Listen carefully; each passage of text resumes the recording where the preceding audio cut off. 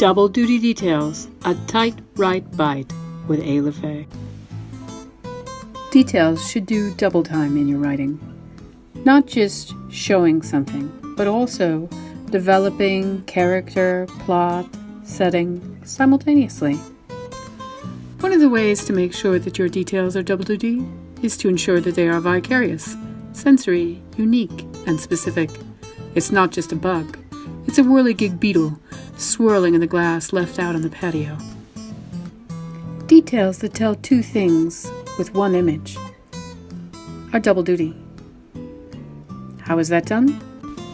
A mother and daughter could act out plays together, or they could act out plays they created from the books they'd read, wearing costumes that happen to be the laundry they should be cleaning for their neighbors.